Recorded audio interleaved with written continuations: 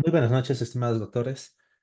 Para la clase de esta noche vamos a dar inicio a un nuevo capítulo de temas de nuestra biografía de cirugía para la residencia médica, en la cual vamos a abordar lo que viene a ser el capítulo de hígado y vesícula biliar.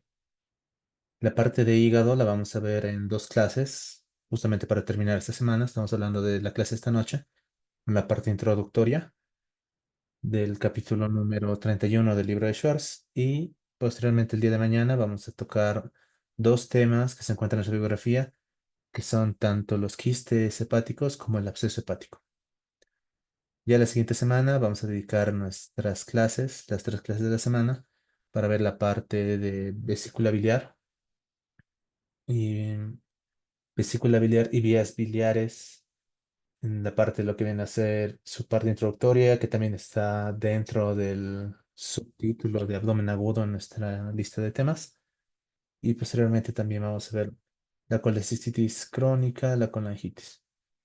Entonces, esta clase, como todas nuestras clases introductorias, pues no vamos a tener un caso clínico como tal, lo vamos a resolver para la clase de mañana, en la cual vamos a tener, sí, dos casos clínicos, porque es uno por cada tema. Y también nuestras preguntas las vamos a reservar para la clase de mañana, en la cual vamos a tener 10 preguntas de cada tema también.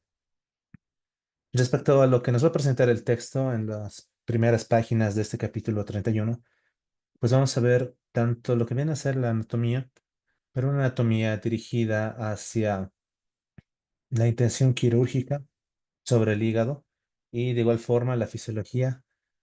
Tal vez no tanto en relación a lo que nosotros vamos a ver en nuestro capítulo de mañana o en nuestros temas de mañana, que viene a ser quistes y abscesos, pero yo sé que les va a servir bastante en parte introductoria cuando vean el capítulo de oncología, ¿no? Por la parte de cáncer de hígado. Primero vamos a recordar qué es lo que vimos en nuestra última clase. Habíamos terminado nuestra semana o nuestro capítulo de patología de intestino grueso. Estamos hablando de colon, recto y ano, con los últimos dos temas sobre patología rectoanal. Estamos hablando de absceso perianal y hemorroides.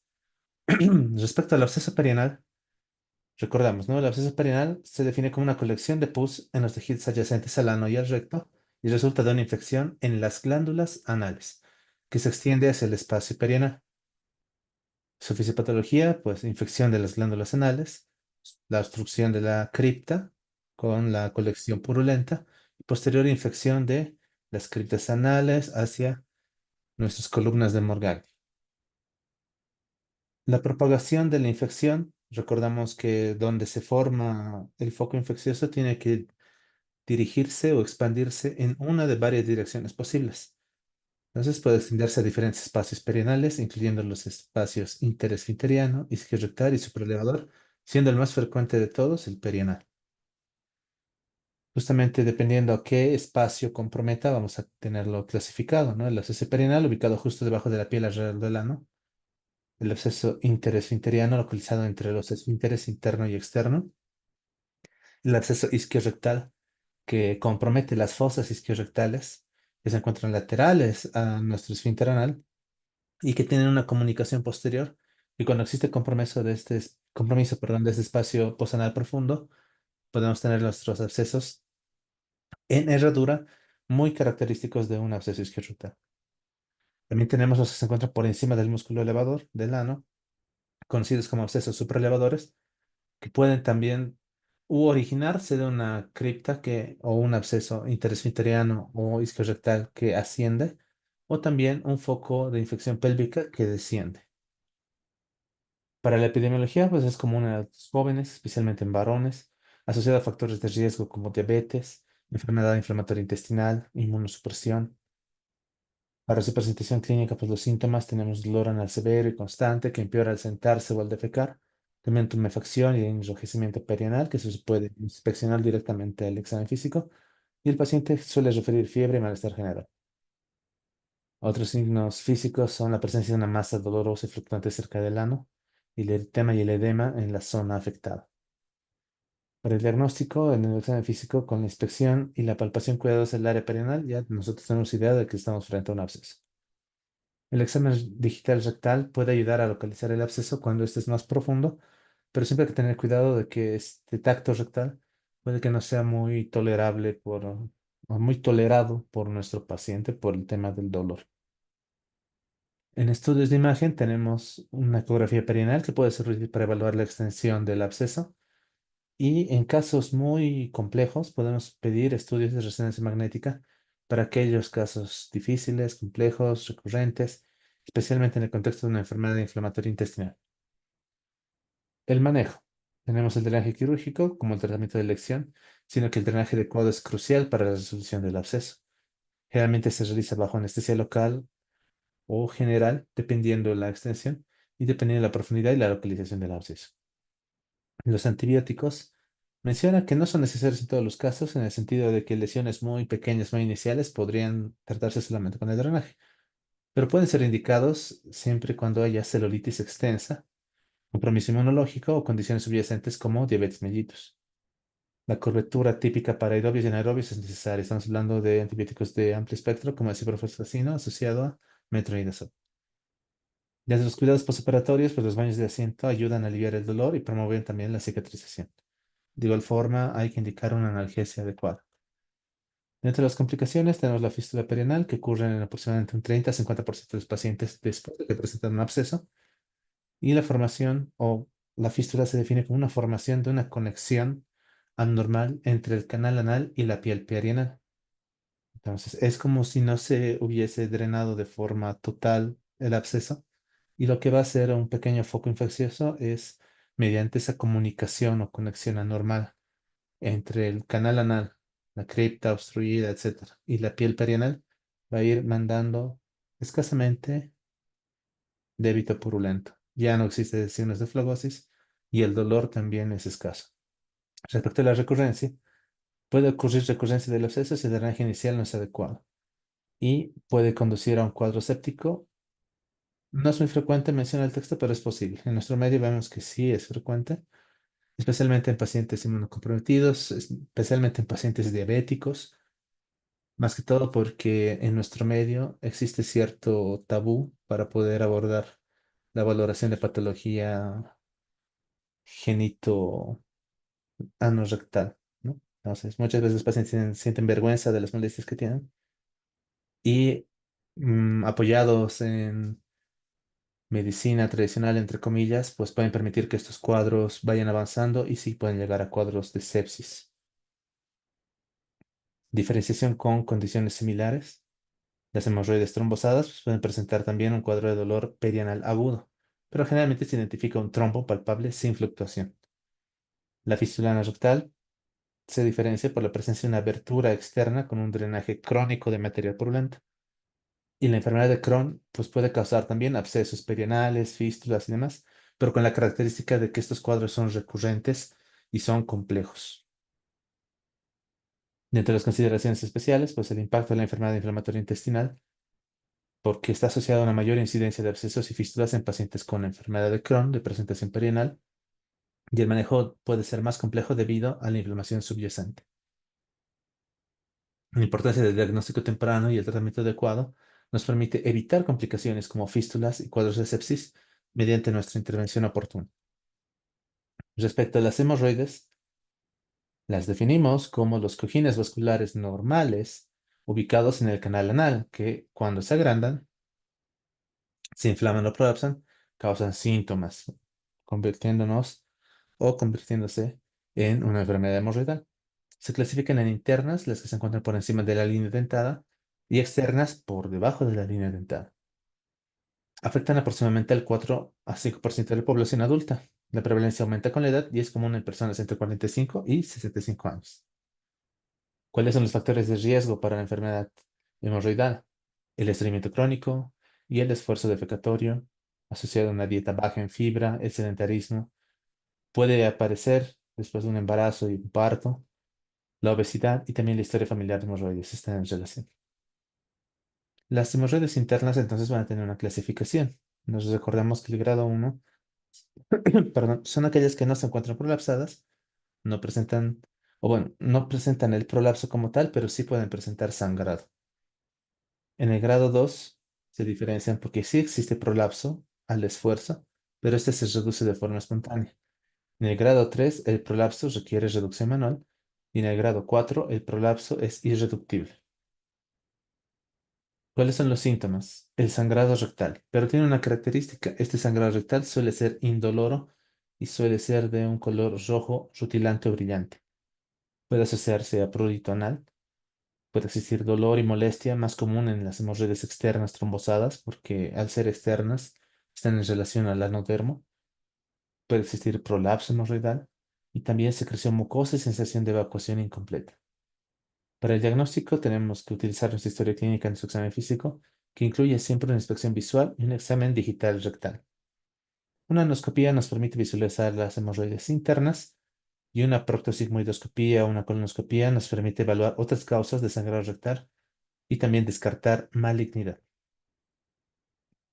Tenemos dos tipos de conductas, ¿no? Uno puede ser un tratamiento conservador con las recomendaciones de una dieta alta en fibra que aumenta la ingesta de frutas, verduras y granos integrales, una hidratación adecuada, baños de asiento con agua tibia varias veces al día, ablandadores de heces y suplementos de fibra para evitar la eliminación de heces duras.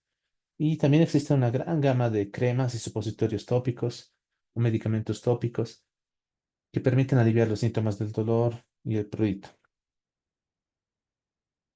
Respecto a los tratamientos mínimamente invasivos, habíamos visto la ligadura con una banda elástica, que es eficaz para hemorroides internas de grado 1 a 3. La escleroterapia con una inyección de una solución esclerosante en la base del hemorroide para que ésta se esclerose y luego se elimine. Y también la fotocoagulación infrarroja, que utiliza la fotocoagulación con calor para causar la retracción y también la cicatrización del hemorroide. Respecto al tratamiento quirúrgico, tenemos una hemorroidectomía, que habíamos visto, ¿no? Tenemos esas técnicas cerradas y esas técnicas abiertas, que se diferencian solamente por cómo nosotros dejamos la remoción quirúrgica del hemorroide, ¿no? Indicada para hemorroides de grado 4, hemorroides trombosadas externas. Nos permite ligar la base del hemorroide para evitar el sangrado y dependiendo de nuestra técnica lo podemos dejar abierto o cerrado. También existe la hemorroidopexia con grapas o procedimiento del hongo para las hemorroides internas prolapsadas con con el uso de una grapadora circular muy parecida a una grapadora circular de anastomosis intestinal, que se considera que es menos dolorosa que la hemorroidectomía convencional.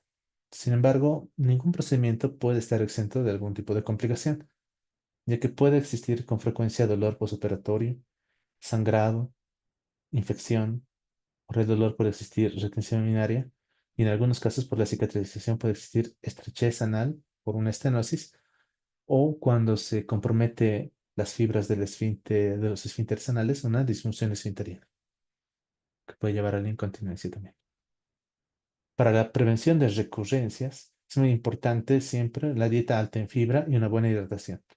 Evitar el esfuerzo defecatorio prolongado y realizar ejercicio de forma regular. Respecto a las hemorroides trombosadas externas, pues estas se presentan con un dolor agudo severo.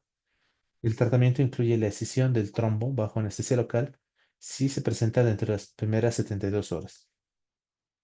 Dentro de los cuidados postoperatorios, pues hay que mantener una buena higiene perianal, continuar con baños de asiento, uso de analgésicos según lo que le indiquemos a nuestro paciente y seguir una dieta blanda, rica en fibra para evitar el estreñimiento. Respecto al impacto social de esta enfermedad, pues las hemorroides pueden afectar significativamente la calidad de vida de los pacientes. Es importante abordar las preocupaciones del paciente y brindar educación sobre el manejo y la prevención de las hemorroides.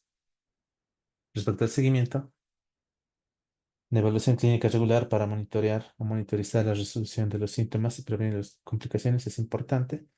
También hay que considerar una evaluación más detallada si los síntomas persisten o si existe recurrencia para descartar otras patologías anorrectales. Muy bien. Esto es respecto a lo que habíamos visto en nuestra última clase, la clase del día lunes, la que habíamos adelantado un día. Y ahora, comenzando sobre nuestro tema específico de esta noche, pues vamos a hablar del hígado. Y la primera parte que nos muestra el texto, pues hace una presentación de los antecedentes de la cirugía hepática, en el sentido de que, bueno, el hígado es un órgano que cumple un montón de funciones, ¿sí? En su gama de funciones es muy florida, según dice el texto también. Pero la importancia que le da en estos primeros párrafos el texto está en una capacidad muy característica del hígado, que es esa capacidad de poder ser manipulada quirúrgicamente. Justamente el texto va a hablar primero del mito de Prometeo, que nosotros recordamos, ¿no? Que Prometeo fue aquel que hace enojar a los dioses, en especial a Zeus, porque entrega el fuego, que era propio de los dioses, a los hombres, y como castigo es encadenado y Zeus ordena a su águila gigante que durante el día ésta vaya y se alimente del hígado de Prometeo.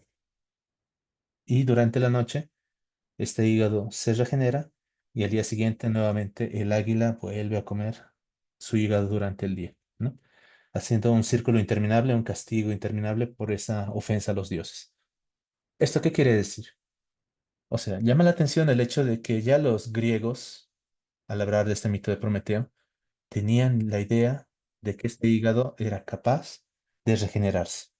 Estamos hablando de que tiene la capacidad que después de una resección, el hígado remanente puede hipertrofiarse, ¿no? Para alguien que no entiende cómo sucede ese proceso, estamos hablando, digamos, de los griegos o de cualquier cultura antigua, el hecho de que el hígado crezca daba a entender de que el hígado se regeneraba per se, ¿no? Ahora entendemos de que no es una regeneración, o sea, no se forma nuevo tejido hepático como tal, sino que el hígado remanente tiende a crecer, tiende a hipertrofiarse, cuestión de que intenta entonces poder suplir la función del hígado que ha sido, o la parte del hígado que ha sido extirpada.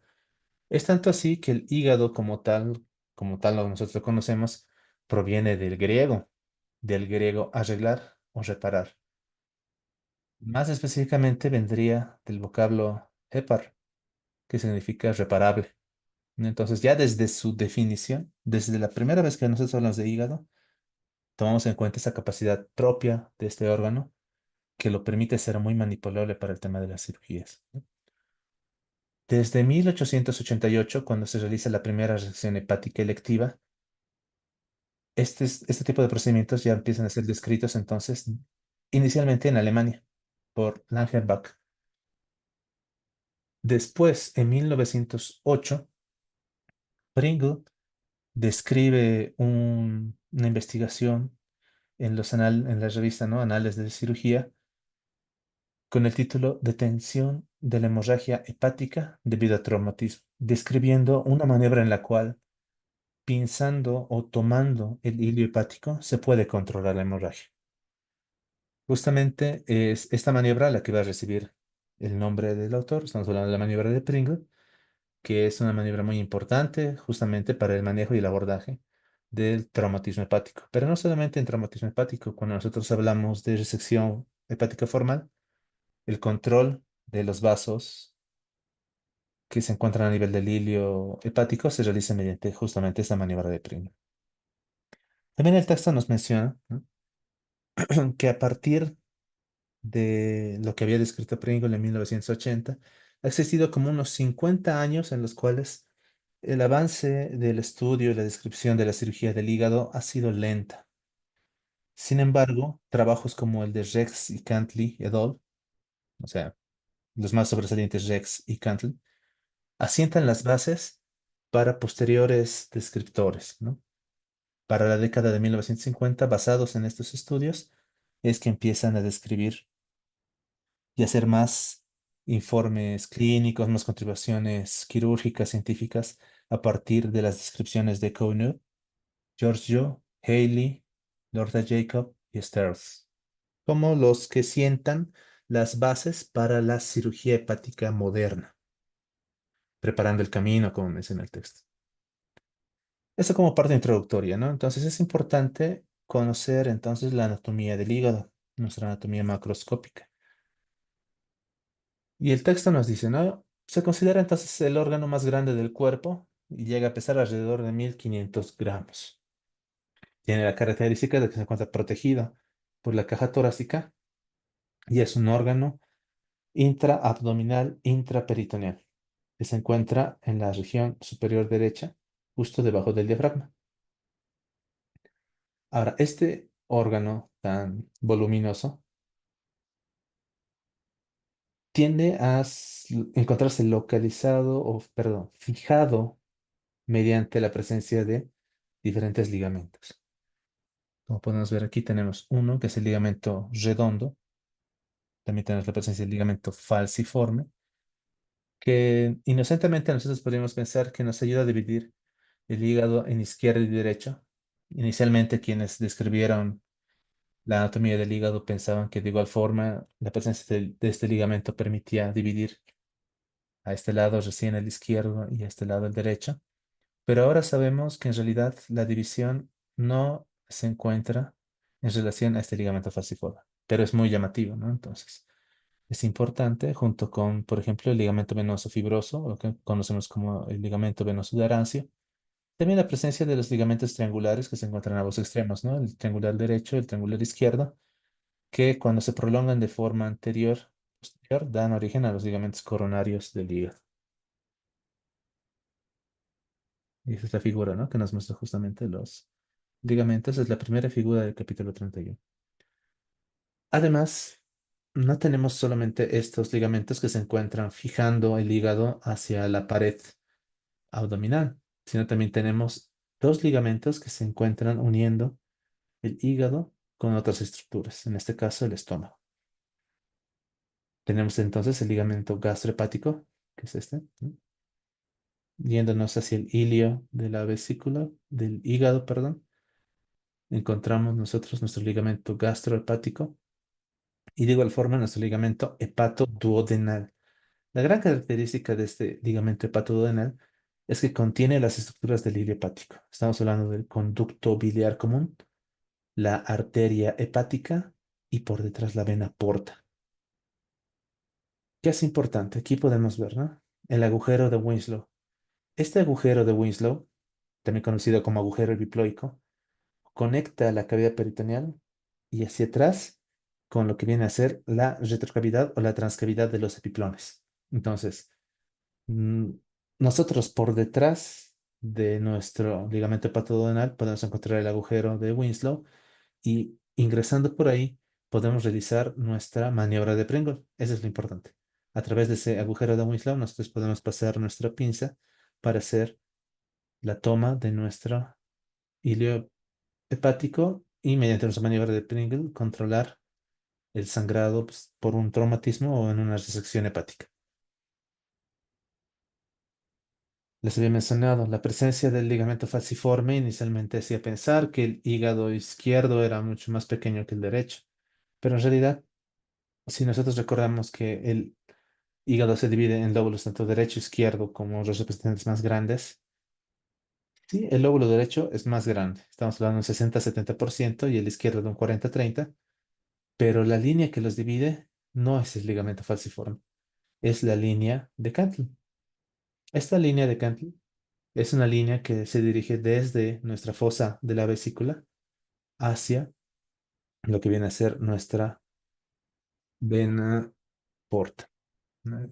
Más o menos si nosotros nos dirigimos a este nivel, la fosa de la vesícula, y hacemos entonces una división a través de esta línea. Aquí en esta figura que no es del texto, vemos, ¿no? Como nos menciona la línea de Rexica, que nos permite diferenciar un hígado derecho y un hígado izquierdo. Nuestra comprensión entonces de la anatomía hepática se produce a partir de los trabajos justamente de Coinot, quien divide al hígado en 8 segmentos. Entonces, la idea de esta segmentación hepática es tratar de ser lo más fiel a la anatomía, especialmente anatomía vascular y a la anatomía de los conductos biliares, pero también trata de ser una especie de segmentación más funcional, porque cuando nosotros podemos diferenciar estos segmentos, dependiendo dónde se encuentra algún tipo de lesión en el hígado, nosotros podemos planificar resecciones específicas de estos segmentos, permitiendo que el resto del hígado pueda conservar su irrigación, su funcionalidad en los conductos biliares. Entonces, la anatomía funcional adicional fue resaltada por Bismuth. Entonces, vamos a hablar más de Bismuth cuando hablemos de nuestra cirugía de colecistectomía y vía biliar. Pero en realidad mismo también habla justamente del hígado y nos dice, ¿no? Que sobre la base de la distribución de las venas hepáticas podemos tener también una segmentación hepática. Y aquí vemos, ¿no? Las tres venas hepáticas recorren su cisura correspondiente y dividen al hígado en cuatro sectores. Y aquí está más o menos dividido. Tenemos tres venas hepáticas, una izquierda, una media y una derecha, y va a dividir al hígado en cuatro espacios, ¿no? En cuatro partes. Nuestra hepática derecha, que corre a lo largo de la cisura derecha, que podemos ver a este lado, va a dividir la región o los segmentos posterolaterales derechos y los anterolaterales. La cisura principal o media contiene la vena hepática media y va a dividir nuestro hígado derecho de nuestro hígado izquierdo. Y la cisura izquierda contiene a la vena hepática izquierda, dividiendo de igual forma los segmentos posteriores izquierdos de los segmentos anteriores izquierdos. Cuando hablamos nosotros de la segmentación hepática de Coinut, hay que recordar que comenzamos con el lóbulo más famoso de todos, que es el lóbulo caudado. También conforma el lóbulo de Spiegel. Y a este lóbulo lo llamamos segmento uno. Y a partir de este segmento uno nos vamos a dirigir en el sentido contrario a las manecillas del reloj, como pueden ver en este sentido. Y tal vez lo podemos graficar un poco. Este es nuestro lóbulo caudado, ¿no? El número uno. Vamos a empezar a girar en sentido contrario a las manecillas del reloj. Entonces aquí vamos a tener del uno, el 2, el 3, el 4, que a su vez se divide en 4A y en 4B, el 5, el 6 y el 7. Y en esta vista inferior no se puede lograr ver el 8, pero después tenemos también el 8. Estas son las figuras del texto. Esta es justamente la segunda parte de la figura número 3. Esta es la primera parte de la figura número 3 del texto. Y aquí podemos ver, ¿no? En la cara inferior se puede evidenciar esa distribución en un sentido antihorario del reloj. Y ya en la cara anterior se puede evidenciar cómo el lóbulo derecho no se encuentra en relación a su división con el lóbulo izquierdo con el ligamento falciforme, sino es más medial, ¿no? Entonces, más bien el lóbulo, perdón, el ligamento falciforme lo que hace es dividir el lóbulo izquierdo lateral del medial. Tenemos esta pequeña tablita, es una tablita generada a partir de lo que nos menciona el texto respecto a la localización de los segmentos, recordando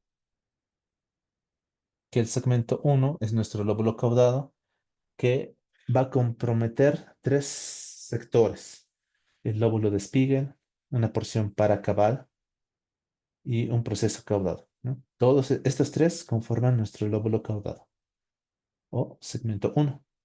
El segmento 2 es el lateral izquierdo, al igual que el segmento 3, ¿no? 2, 3, nuestro lateral izquierdo.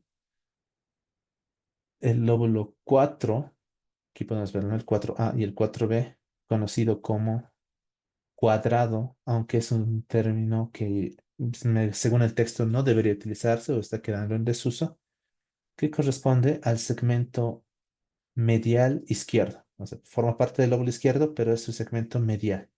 Y como hemos dicho, se divide en uno superior, que es el 4A, y uno inferior, que es el 4B. Luego tenemos el segmento 5, que es el lóbulo anterior derecho. Aquí lo podemos ver también. Lóbulo anterior derecho. Junto con nuestro segmento 6, que se vuelve posterior derecho. El 7 también es un lóbulo posterior derecho. Y el 8 termina en relación al 5 como también un lóbulo anterior derecho. Es aquí que es importante. Los anteriores derechos son el 5 y el 8. Y aquí se ven. El 5 y el 8 los anteriores. El 6 y el 7 los posteriores derechos. El texto nos presenta el primer punto clave del capítulo 31 que nos dice, al operar el hígado, al operar la vesícula, el páncreas u órganos vecinos, es esencial identificar la anatomía vascular o biliar normal y sus variantes anatómicas. para no desencadenar complicaciones quirúrgicas. Y lo vamos a ver más adelante, porque vamos a tener una descripción de la arteria hepática, o sea, la irrigación del hígado, recordando que el hígado va a ser un órgano con una irrigación dual. ¿Esto qué significa? Parte de su irrigación sanguínea va a provenir de la arteria hepática, estamos hablando de un 25% de su irrigación, y un 75% más bien va a corresponder a la vena porta, que nosotros recordamos que la vena porta va a recoger sangre de toda la sección gastrointestinal, hasta incluso colónica, parte colónica, y la va a llevar hacia el hígado. Pero respecto a la parte arterial, nosotros recordamos, la irrigación del hígado parte de nuestro tronco celíaco. Y aquí tenemos igual una figura de nuestro tronco celíaco. Y a ver, tratemos de mostrar. Este es nuestro tronco celíaco que da origen a tres arterias. Nuestra gástrica izquierda, ¿no? Que se está yendo al estómago, por eso es la gástrica izquierda. Tenemos nuestra arteria esplénica que se va a dirigir hacia el vaso, por eso es esplénica. Aquí también se puede observar. Es nuestro tronco celíaco. Entonces, tenemos nuestra arteria gástrica izquierda, nuestra arteria esplénica, y aquí tenemos nuestra arteria hepática, ¿no? Una arteria hepática común, que vendría a ser esta, o que vendría a ser este segmento. Esta arteria hepática común va a dar origen a lo que se conoce como la arteria gastroduodenal, como su nombre dice, para dar ramas al estómago y el duodeno, y justamente se va a dirigir hacia abajo. Esta es la gastroduodenal. La que nos importa a nosotros es la que se va convirtiendo en una especie de rama terminal, que es la arteria hepática propia, que viene a ser esta. La hepática propia, que se encuentra aquí también. Aquí no sé por qué razón dice lóbulo caudado. Aquí debería decir la arteria hepática propia. Y esta es la que va a dar dos ramos, ¿no? Una arteria hepática izquierda hacia el hígado izquierdo y una arteria hepática derecha hacia el hígado derecho. De nuestra arteria hepática derecha es donde se origina generalmente nuestra arteria cística, como dice aquí. Entonces, esa vendría a ser la anatomía estándar que nos presenta el texto o que nos presentan los libros de anatomía sobre la irrigación del hígado. Pero, ¿qué nos dice el texto? Esta disposición estándar se presenta solamente en un 76% de los casos. ¿Eso qué significa? Que el 24% de los pacientes tienen una anatomía variable.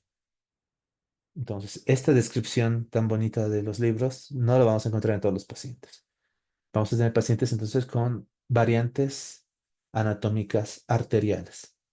10 a 15% van a obtener una arteria hepática derecha reemplazada o accesoria que se va a originar de la arteria mesentérica superior, ya no del tronco celíaco. Y 3 a 10% vamos a poder evidenciar una arteria hepática izquierda complementaria o accesoria que también proviene de la arteria gástrica izquierda, o sea, de esa arteria. Justamente el texto nos presenta esta figura, que es la figura número 5 del libro, de este capítulo 31, en la cual podemos evidenciar, ¿no? Por ejemplo, una posición anómala de la arteria hepática derecha que proviene de la mesentérica superior. Si este es nuestro tronco celíaco, esta es nuestra mesentérica superior, y desde aquí está subiendo una arteria para irrigar los lóbulos hepáticos derechos, ¿no? Entonces, 10 a 15%. Esta otra figura nos muestra una posición anómala de la arteria hepática izquierda que proviene de la arteria gástrica izquierda. Aquí podemos ver, ¿no? Nuestro tronco celíaco, recordamos nuestras tres ramas, ¿no? Gástrica izquierda, esplénica y hepática común. Y de esta izquierda, o esta gástrica izquierda, está saliendo una rama que va a irrigar al hígado izquierdo. Entonces, este también es una variante anatómica solamente del 3 al 10%. De igual forma, aquí tenemos una posición anómala de las arterias hepáticas derecha e izquierda, o sea, en los dos casos, ¿no? Aquí la derecha accesoria, aquí la izquierda accesoria, aquí los dos accesorios, izquierda y derecha. Menos frecuente todavía, 1 a 2%. Y de igual forma, una posición anómala de la arteria hepática común que proviene de nuestra arteria mesentérica superior. Habíamos dicho que en este caso es solamente la derecha. Aquí es desde el tronco de la arteria hepática común que va a dar origen tanto a la izquierda como a la derecha. ¿Por qué es importante esto? Porque, por ejemplo, si nosotros hacemos un control para una segmentación, no sé, para un trasplante hepático, etcétera, eh, y necesitamos hacer la resección de la parte arterial, si no estamos conscientes de que puede existir este tipo de anormalidades, va a haber vasos que no los vamos a controlar, o que los vamos a seccionar, o que no los vamos a ligar, y que van a condicionar a complicaciones intra postoperatorias. Afortunadamente, cuando nosotros hacemos o planificamos una cirugía de ese calibre, realmente nos apoyamos con estudios angiográficos, al igual que para el trasplante renal, en el cual existe también variación de la irrigación renal. Se realizan también estudios angiográficos para poder ver justamente cómo se encuentran las disposiciones según la anatomía. ¿Qué es el punto importante? Solo 76% tiene la disposición estándar, 24% algún tipo de variante anatómica como las que nos presenta el libro en estas figuras. Respecto a la segunda parte de la irrigación del hígado, estamos hablando de la irrigación portal. Y recordamos, ¿no? Que se llama vena porta porque inicia en capilares y termina en capilares. Se inicia en los capilares del tubo tracto, perdón, gastrointestinal colónico, pancreático, esplénico y termina en también los capilares hepáticos. La vena porta entonces está formada por la confluencia de nuestra vena esplénica y aquí está mm, nuestra figura número 7, la anatomía de la vena porta. Recuerden que esta es la vena porta principal. Tenemos una vena porta derecha, una vena porta izquierda, pero esta vena porta principal se origina de la confluencia de nuestra vena esplénica y de nuestra vena mesentérica superior. La vena mesentérica inferior, recordamos cuando hablábamos de nuestra parte introductoria de colon, que la mesentérica inferior lo que hace es drenarse directamente a la vena esplénica y juntas, o ya como vena esplénica, recién se dirigen a lo que viene a ser nuestra vena porta. A partir de este tronco principal de la vena porta es que se van a empezar a dividir, ¿no? Una vena porta izquierda hacia los lóbulos izquierdos del hígado y una vena porta derecha hacia los lóbulos derechos. Y como podemos ver aquí, la idea de nuestra segmentación hepática es justamente ir encontrando los ramos venosos que van hacia el segmento 1, 2, 3, 4B, 4A y de igual forma hacia el segmento 5, 6, 7 y 8.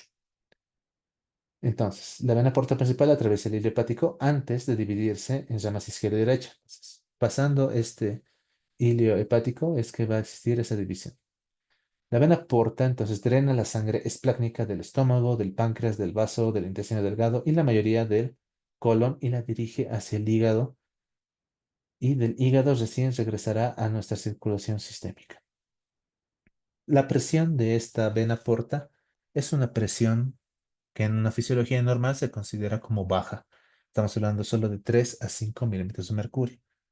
Esto se modifica en nuestra enfermedad o nuestras patologías asociadas a la hipertensión portal, en la cual se puede multiplicar esto de 3 a 5 hasta de 20 a 30, ¿no? Pero si hablamos de la presión normal, en un individuo normal de la vena porta, es de 3 a 5 milímetros de mercurio.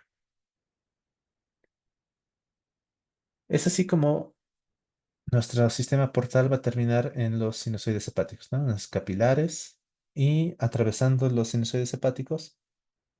Luego vamos a tener venas que van a recoger esa sangre y van a ser nuestras tres venas hepáticas que ya habíamos adelantado un poco en nuestra parte de segmentación, porque vamos a tener nuestra vena hepática derecha, nuestra vena hepática media y nuestra vena hepática izquierda. Estas van a drenar su sangre hacia la vena cava inferior, que se encuentra en una porción suprahepática, y a partir de esta vena cava inferior van a llegar a la aurícula derecha y ahí a nuestra circulación mayor. ¿Cuál es una característica? ¿Y por qué es importante siempre nuestro lóbulo caudado? Es que este lóbulo caudado es el único, o se considera único, porque su drenaje venoso se alimenta de manera directa en la vena cava inferior, no específicamente de nuestras arterias derecha, media e izquierda. En un 95% de los casos, la vena izquierda y la media se van a unir antes de llegar a la cava inferior. Y en algunos casos también hay una vena hepática derecha inferior accesoria en un 15 a 20% de los casos. todo esto de las variantes es importante para poder realizar, como les explicaba, segmentación o resección hepática formal en la parte de un trasplante hepático o también para patología especialmente oncológica. La parte de traumatismo hepático también es importante porque a veces hay lesiones a nivel del parénquima hepático que no se pueden controlar y que para poder entonces evitar que el paciente se desangre, se realiza una resección formal de algún segmento que se encuentra afectado y se liga su irrigación tanto por debajo del hígado como también por encima del hígado. Eso respecto a la sangre arterial o a la sangre que ingresa al hígado y la sangre que sale del hígado. Pero también nosotros recordamos que dentro de su estructura vamos a contar con los conductos biliares. Y estos conductos biliares tienen la característica de ser tanto intrahepáticos como extrahepáticos. Los vamos a ver con detalle la siguiente semana, cuando veamos la parte introductoria de vesícula biliar y vías biliares. Pero aquí tenemos una pequeña introducción también, ¿no? Dentro del ligamento hepatoduodenal, que si recordamos es donde se encuentra el hilio hepático, el conducto biliar común se encuentra anterior y hacia la derecha. Da origen al conducto cístico que se dirige a la vesícula biliar. Se convierte en conducto hepático común antes de dividirse en hepáticos derecho e izquierdo.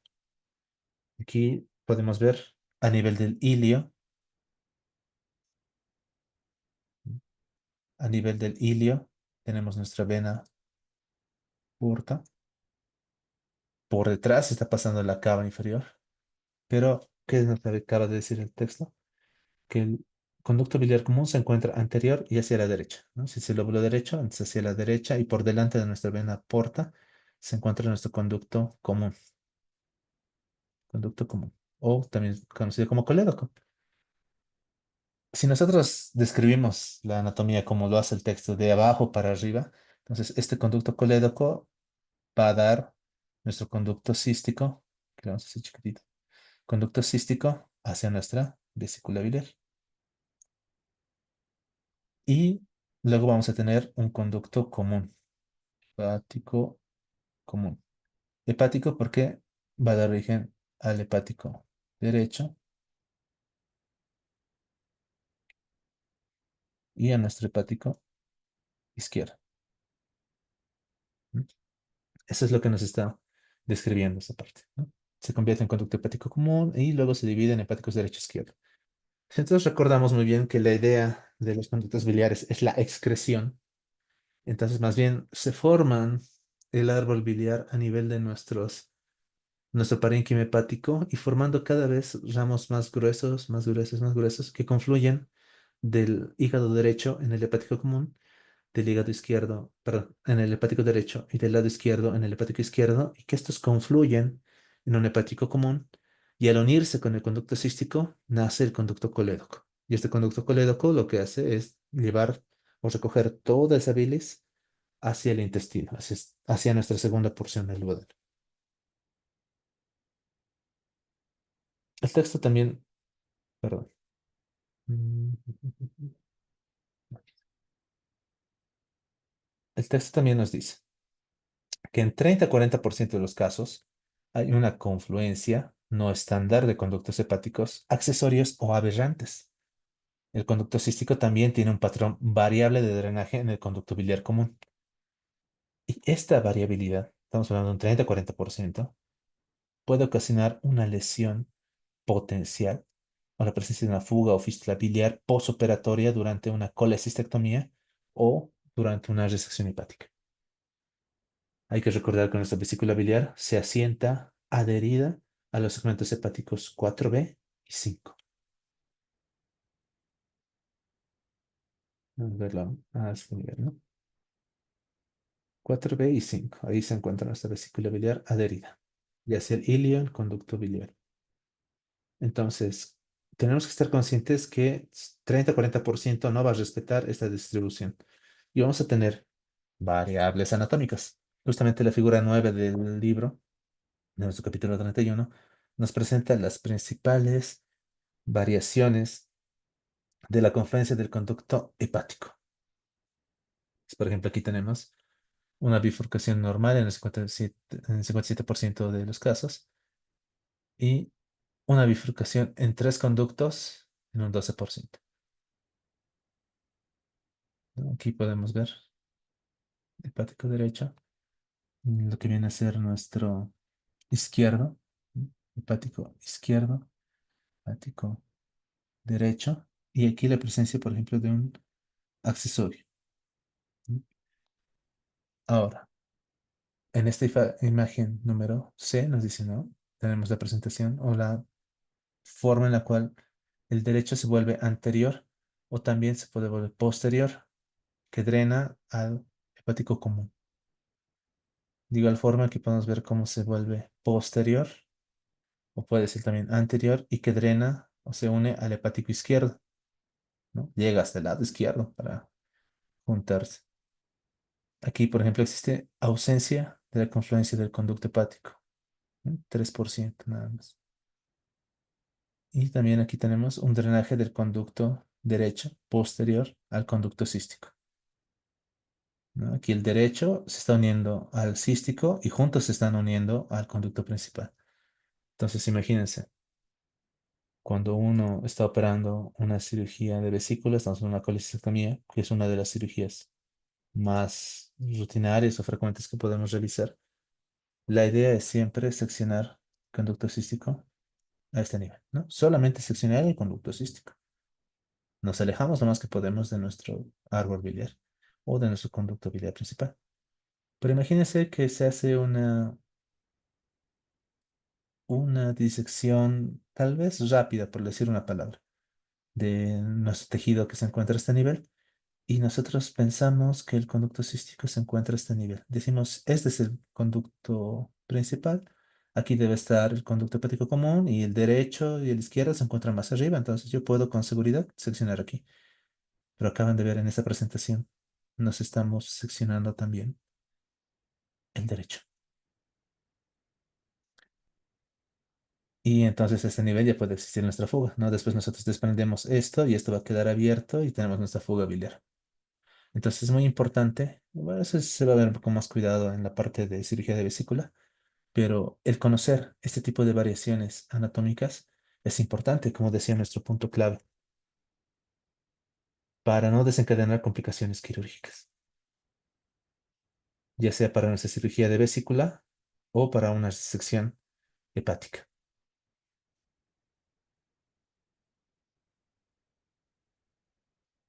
Respecto a la inervación y el drenaje linfático, la inervación parasimpática del hígado proviene del nervio vago izquierdo, que se desprende una rama hepática anterior y el vago derecho desprende una rama hepática posterior.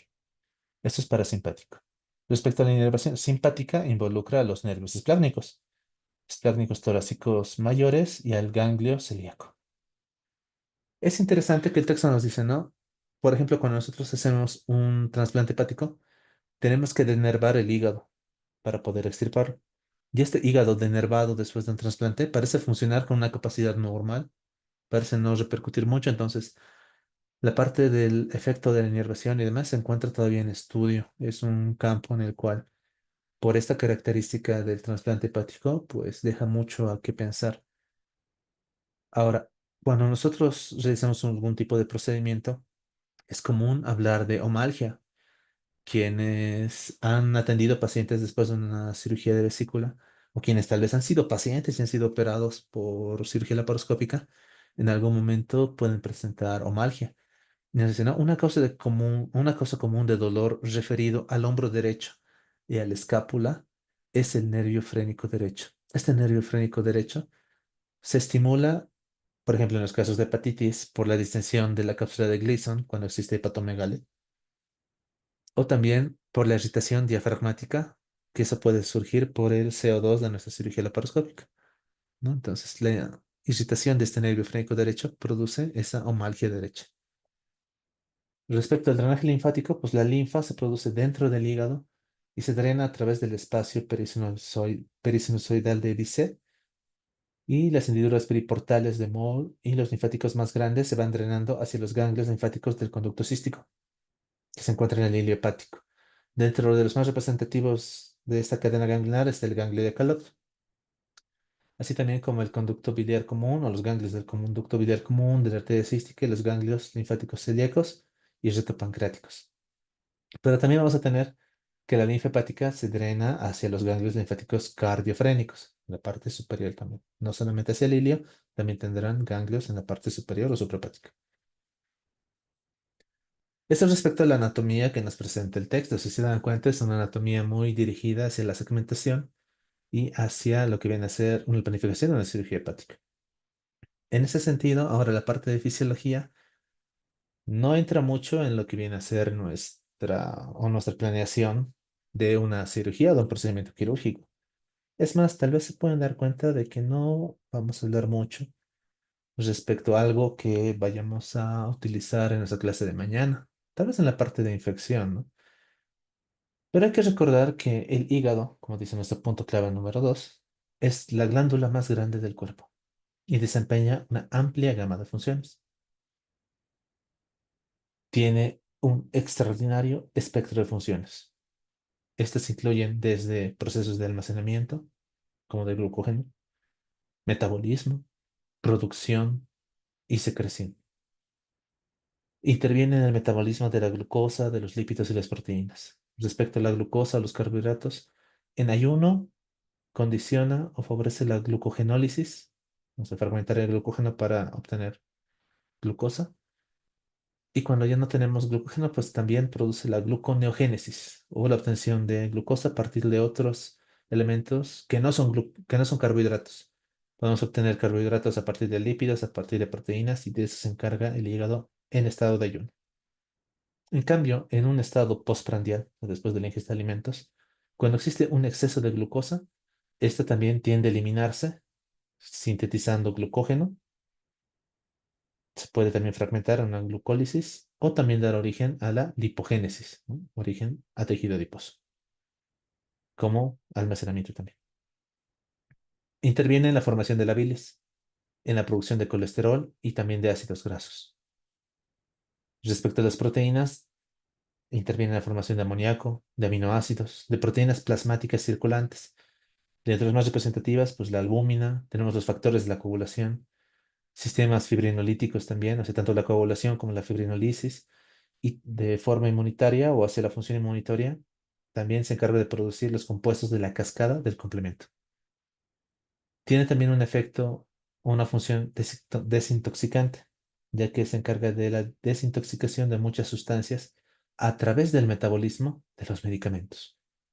Se podría decir que estas sustancias, los medicamentos, muchos para lograr su efecto, para llegar al hígado y demás, se encargan o se encuentran en un estado de lípido, estos son liposolubles, y el hígado se encarga de convertirlos en hidrosolubles para poder excretarlos. Y los que no logra convertirlos en hidrosolubles, pues los excreta de forma lipídica a través de la bilis. También interviene en las respuestas inmunológicas a través de muchas de sus células inmunitarias. Estamos hablando de que en su sistema retículo endotelial tiene, por ejemplo, las células de Kupffer o tiene muchas células inmunitarias que también le dan una función en la respuesta inmunológica. Veamos, ¿qué nos presenta el texto? Nos dice, respecto al metabolismo de la bilirrubina, nosotros recordamos que la bilirrubina es un producto de la degradación del catabolismo normal del grupo hemo, cuando los glóbulos rojos se lisan, envejecen y liberan este grupo hemo. Entonces, este grupo hemo es un residuo que suele ser tóxico. Este grupo hemo entonces se une a la albúmina y se dirige hacia el hígado. En el hígado va a conjugarse, esa es la palabra clave, se conjuga con el ácido glucurónico, que este proceso va a estar catalizado por nuestra enzima glucuroniltransferasa, haciendo que este grupo hemo se vuelva soluble. La mayoría de este complejo ya soluble se va a excretar al intestino a través de la bilis, en parte de la bilirrubina y parte como urobilinógenos. Estos se van a reabsorber en la circulación portal.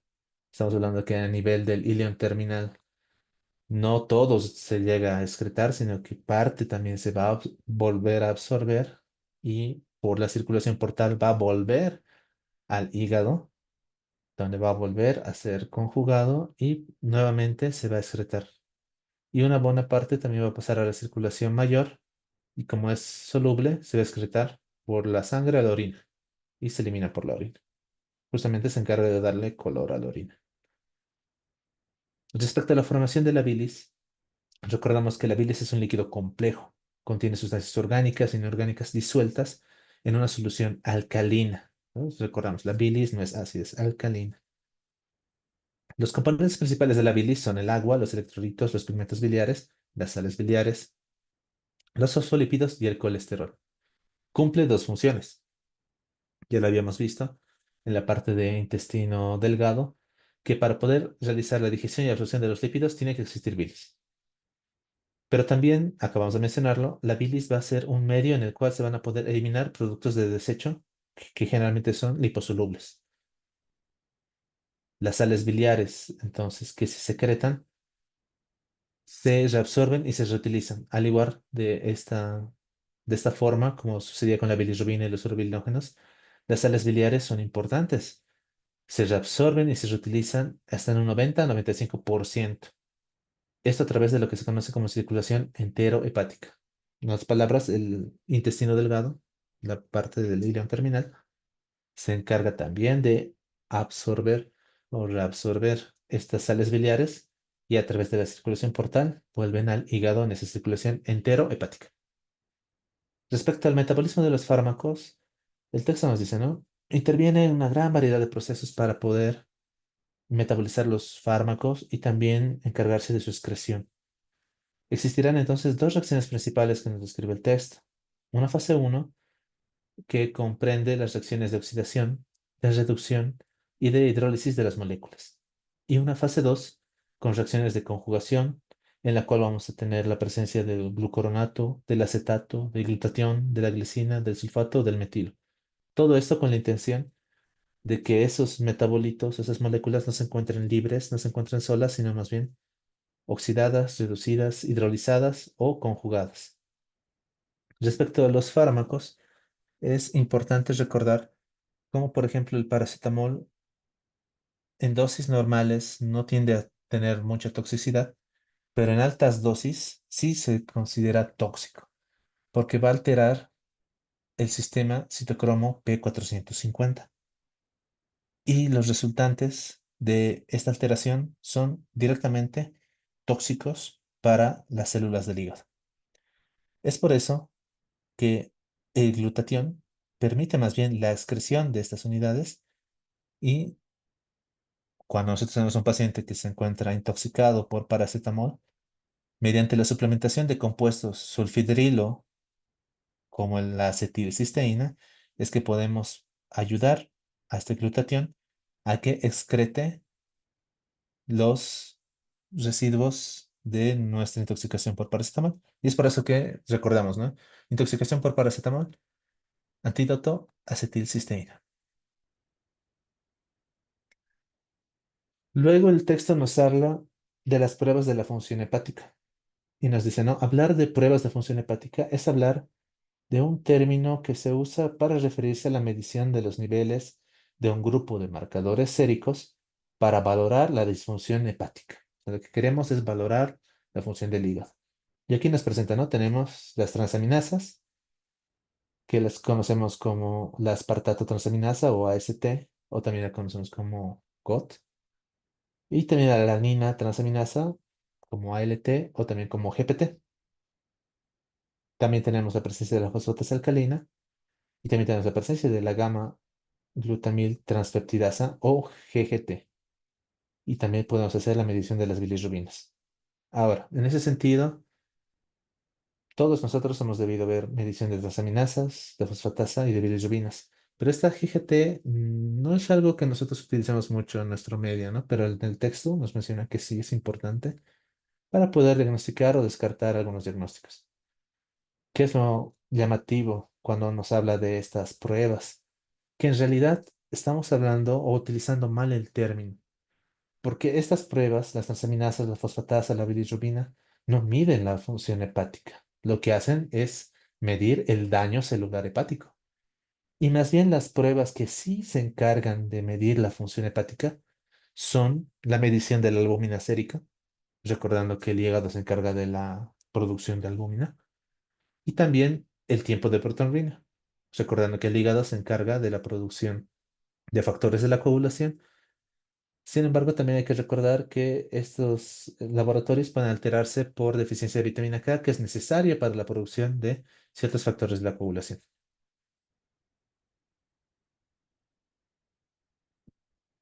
¿Para qué nos sirven estas pruebas de función hepática? Dijimos que nos sirven para investigar nuestra lesión o el daño celular hepático. Entonces, cuando hablamos de lesión hepatocelular, podemos sospechar de una lesión hepatocelular cuando tenemos elevación de transaminasas. De aquí habíamos mencionado dos tipos de transaminasas, la AST y la ALT, siendo que la AST es menos específica al hígado, se encuentra en otros tejidos también. En cambio, la ALT, esta sí es más específica de enfermedad hepática. Pueden elevarse las dos, pero la que es más específica a una lesión hepática es la ALT. ¿Qué tipo de lesiones? Por ejemplo, una hepatitis viral, el abuso del alcohol, algunos medicamentos tóxicos, trastornos genéticos como la enfermedad de Wilson, la hemocromatosis, la deficiencia de la alfa-1 antitrypsina y también algunas enfermedades autoinmunes pueden producir elevación de las transaminasas. Por ejemplo, cuando tenemos un paciente con enfermedad alcohólica, puede elevarse nuestras transaminasas, tanto que la AST se eleva dos veces o 2 contra 1 de la ALT. Perdón. En lesiones isquémicas del hígado o en ingesta de toxinas, por ejemplo, intoxicación por paracetamol o cuadros de una hepatitis fulminante, estas transaminasas pueden elevarse a miles. Antes de mencionar esto, el texto dice, ¿no? La elevación o el número en el cual se puede elevar las transaminasas no siempre van de la mano con la gravedad de la enfermedad, ya que puede haber una elevación discreta de las transaminasas ya en pacientes cirróticos. Pero sí, en el caso de lesiones isquémicas, la intoxicación por paracetamol, una hepatitis fulminante, sí, nuestras transaminasas pueden adquirir valores que se elevan a miles, ¿no? Mil tantos, 2000, y ya nos hacen sospechar justamente la gravedad de estas enfermedades.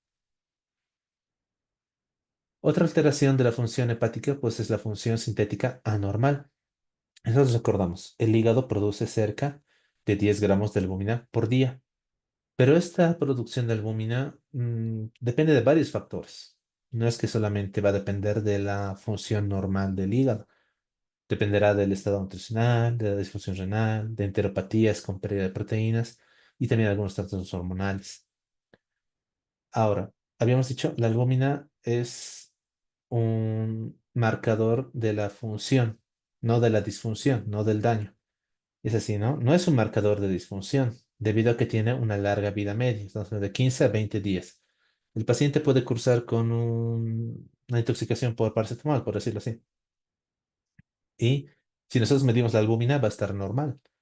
¿Por qué? Porque no estamos hablando que esté intoxicado hace 15 20 días como para que exista un deterioro de la producción de albúmina, sino que tal vez de aquí a 15 20 días, si existe una secuela en la función hepática, la vamos a poder ver a través de la medición de la albúmina sérica, ¿no? A eso se refiere. La mayoría de los factores de coagulación, exceptuando el factor 8, se sintetizan solo en el hígado y por tanto también van a ser como un marcador de la producción o de la fisiología del hígado. Es por eso que la medición del tiempo de protonurina y de nuestro INR son algunas de las mejores pruebas para valorar la función de nuestro hígado. Sin embargo, tampoco es tan específico porque los valores pueden prolongarse, tanto en nuestro TP como en nuestro INR, por cuadros de deficiencia de vitamina K, ya que alterarán la producción de factores vitamina K dependientes de la coagulación, o también el tratamiento con anticoagulantes como la warfarina, que también interviene en nuestros factores vitamina K dependientes, entonces van a tener también valores de TP y NR alterados. Respecto a la coléstasis, el texto nos dice, no es una afección en la cual se altera el flujo de la bilis, que nosotros recordemos, la bilis se origina en el hígado y tiene el objetivo de llegar al intestino, al duodeno. Ese flujo de la bilis puede alterarse por causas intrahepáticas o por causas extrahepáticas. Las intrahepáticas, generalmente por disfunción hepatocelular, lo que hace que se eleve la bilirrubina indirecta. Y las causas extrahepáticas generalmente están en relación a obstrucción del árbol biliar. Esto producirá elevación de la bilirrubina directa. La fosfatasa alcalina es una enzima que también nosotros la podemos medir en sangre como un marcador serológico, o perdón, sérico, dentro de nuestro perfil hepático, porque esta fosfatasa alcalina se expresa en las células del epitelio del conducto biliar. O sea, las células de nuestro conducto tienen fosfatasa alcalina. No son las únicas. Por ejemplo, en tejido óseo se encuentra también fosfatasa alcalina. Pero cuando existe algún trastorno a nivel del conducto biliar, por ejemplo, algún caso de obstrucción, por ejemplo, algún cálculo que se encuentra aumentando la velocidad de descamación de las células epiteliales del conducto biliar, entonces estas células descamadas van a liberar estas enzimas en la sangre y se va a elevar nuestra fosfatasa alcalina. Y es aquí donde habla de nuestra GGT, habla de nuestra glutamil transpeptidasa, que también es una enzima que suele elevarse cuando existe obstrucción del conducto biliar. Sin embargo, nos menciona que es mucho menos específica que la fosfatasa alcalina, ya que se encuentra en una gran variedad de tejidos y solamente cuando la encontramos elevada junto con esa fosfatasa alcalina, podemos pensar que sí, la elevación de la GGT está en relación a una causa hepática. Tal vez esa es la razón por la cual no la tenemos o no la usamos en nuestro medio, pero sirve para poder eh, complementar nuestra fosfatasa alcalina. Respecto a los cuadros de ictericia, y aquí vamos a ver que existe una especie de relación, ¿no? Si hablamos de coléstasis, tiene que existir también cierta ictericia. Recordando que la ictericia es la tinción amarillenta de la piel, de las escleras o de la esclerótica, y también de las membranas mucosas con el pigmento bilirrubina. ¿Cuándo aparece la ictericia? ¿Cuándo es detectable clínicamente? A partir de los 2,5 a 3 miligramos de cilitro en sangre. Por debajo de estos valores, generalmente no podemos ver clínicamente la ictericia. Y esta ictericia, de igual forma, se va a poder dividir, como vemos aquí, ¿no? Prehepática, intrahepática, posthepática, como nuestra coléstasis, ¿no? Intrahepática, extrahepática. La prehepática va a estar en relación a un metabolismo excesivo del hemo o del grupo hemo que no permite que podamos metabolizarlo de forma adecuada. O sea, es tan excesivo, hay tanto grupo hemo libre que no lo logramos nosotros metabolizar en el hígado, entonces como una causa prehepática se encuentra elevada en el medio. Esto en relación a cuadros de hemólisis, estamos hablando de anemias hemolíticas, o también no solamente por causas hemolíticas, sino que en algún caso que exista pérdida de albúmina, nosotros habíamos mencionado, ¿no? La albúmina se une al grupo hemo para transportarlo al hígado. Si no hay albúmina, entonces este grupo hemo no llega a ser transportado hacia el hígado. Entonces, como menciono, la pérdida de albúmina puede afectar para que exista esta ictericia prehepática. Respecto a las causas intrahepáticas, como es intrahepático, tenemos que hablar de trastornos enzimáticos que pueden ser isquémicos o hipóxicos, o sea, por cuadros de isquemia o hipoxia, el hígado va a dañar sus células, las células del hígado se van a encontrar lesionadas, dañadas, y por tanto no van a poder cumplir con su función enzimática metabólica. Pero también puede estar en relación a causas hereditarias, por ejemplo, el síndrome de Gilbert, el síndrome de Crigler-Najjar, el síndrome de Rotor, el síndrome de Dubin-Johnson, como también el efecto de alguna infección por virus, el abuso del alcohol, cuadros de sepsis, trastornos autoinmunes, el uso de medicamentos como paracetamol, los anticonceptivos orales o el uso de esteroides anabólicos son causas de una ictericia intrahepática. Y para la ictericia posthepática, estamos hablando de obstrucción del conducto biliar. Esta obstrucción puede ser intrínseca, o sea, propia del conducto, cuando estamos hablando de colelitiasis, coledocolitiasis, estenosis biliares benignas, algunas que son malignas, más que todo por la presencia de colangiocarcinoma, o sea, neos que son propios del tejido del conducto, como también colangitis y trastornos de la papila de Batter. O pueden ser también una obstrucción extrínseca, Extrínseca que el texto nos dice está en mucha relación con patología de páncreas. Estamos hablando de pancreatitis aguda, crónica, pseudoquistes, tumores malignos de páncreas, ampulomas, etcétera, y también la iatrogenia, porque durante una cirugía nosotros podemos anudar o clipar de forma extrínseca el conducto o algún segmento del conducto biliar, produciendo esta ictericia posthepática. Entonces, hemos visto las principales funciones del hígado y también hemos visto las principales alteraciones en la función del hígado que se traducen en estos trastornos, ¿no? Colestesis, ictericia, la lesión hepatocelular, etcétera. Y aquí el libro empieza a describir lo que conocemos como vías de señalización molecular en el hígado. Ya hay que recordar, cuando hablamos de señalización, tenemos que recordar todo lo que nosotros podamos de inmunología, de nuestro sistema inmune. Veamos qué nos dice el texto. Cuando hablamos de la reacción de fase aguda, el hígado se encarga de la producción de proteínas plasmáticas, ¿no? Un grupo de proteínas plasmáticas que se liberan con rapidez en respuesta a condiciones inflamatorias. Estamos hablando de cuadros de infección, cuadros de traumatismo o incluso patología oncológica, o sea, enfermedades malignas. Estará mediado por una serie de mediadores inflamatorios. La presencia de estos mediadores inflamatorios estimula al hígado para la producción de proteínas plasmáticas que tienen ese efecto inflamatorio. Estamos hablando de nuestro factor de necrosis tumoral alfa, el interferón gamma, la interleucina 1, la interleucina 6, la interleucina 8 como mediadores proinflamatorios. Produce el hígado en respuesta a la presencia de esos mediadores. El hígado producirá entonces ceruloplasmina, factores del complemento, nuestra proteína C reactiva, que a nosotros nos encanta medir nuestra proteína C reactiva. Produce también formas de dímeros D, produce también nuestra alfa-1 antitripsina y el amiloide sérico. Estas serían entonces las proteínas plasmáticas que produce el hígado. ¿Para qué es importante esto? ¿No? Esta secreción de proteínas de fase aguda es una medida de defensa temprana contra estímulos dañinos antes de la estimulación completa de la respuesta inmune. Entonces, por eso es de fase aguda.